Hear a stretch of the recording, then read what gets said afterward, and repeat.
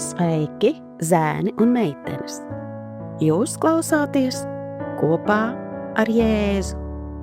Šeit mācīsimies, cik ļoti Jēzus tevi mīl un ka viss, ko tu dari, ir īpašs, ja to dari kopā ar Jēzu.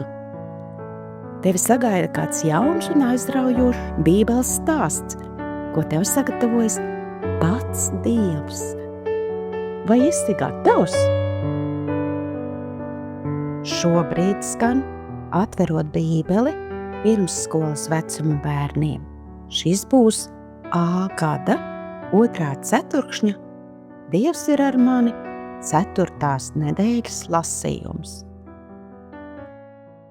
Sveiks vai sveika piekdienā! Šodien ir pēdējā darba diena pirms sabata, un mūs gaida pēdējais Bībeles lasījums šonedēļ. Klausāmies!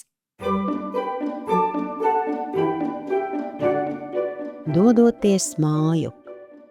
Nometnē bija dzirdama dusmīga kurnēšana. Lābana dēli nebija priecīgi. Jēkabs ir piesavinājies it visu, kas mūsu tēvam bija. No tā, kas mūsu tēvam pieder, tie sūdzējās citam. Viņš sagādāja sev visu šo bagātību. 1. Mūzus 31:1. Jēkabam patiešām bija daudz spēcīgu, veselīgu, raibu dzīvnieku, bet viņš tos nebija piesavinājies. Dievs bija paveicis pārsteidzošu brīnumu un viņu svētījis. Jēkabs dzirdēja šos greizsirdīgos čukstus. Viņš pamanīja, ka Lābans un viņa dēli ir kļuvuši mazliet mazāk draudzīgi. Arī Dievs to redzēja un runāja ar Jēkabu. Ko Dievs teica? Izlasīsim 1. Mūzus 31:3.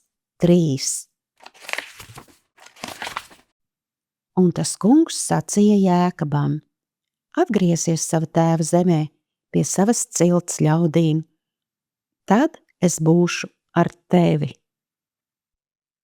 Tālajā laukā Jēkabs lepus pasauca Leo un Rāheli.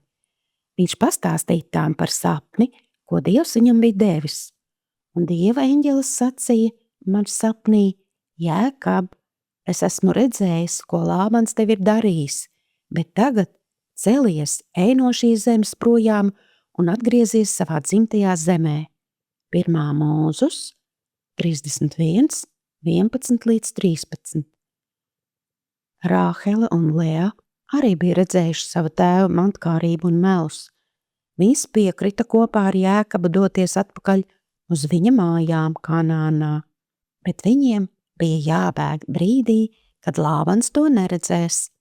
Kādu dienu, kad Lābans atradās attālā laukā, viņi izmantoja izdevību, ātri sakarvāja somus un sapulcēja lopus. Tad Jēkabs, viņas sievas un bērni uzkāpa uz kamieļiem un šīgli devās prom, saceļot putekļu mākoni. Dievs viņus vedīs mājās. Mani interesē. Kāpēc Dievs runāja ar Jēkabu? Dziedāsim šonedēļ vēl pēdējo reizi Salamans mācītājs 90 dziesmu un novēlu tev arī to turpināt dziedāt pēc šīs nedēļas.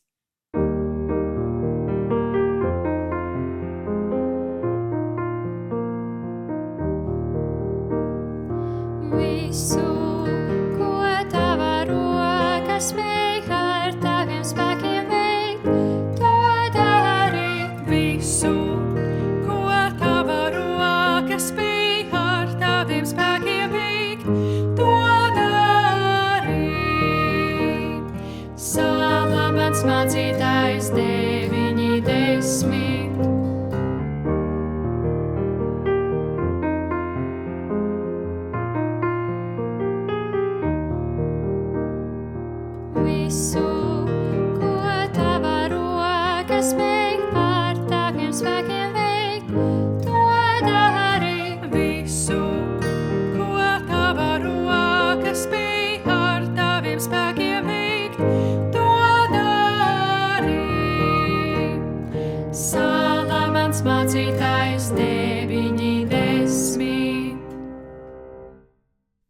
Paldies, ka šonedēļ bija kopā ar mani un cītīgi klausījies šos visus stāstus par Jēkabu Hārānā.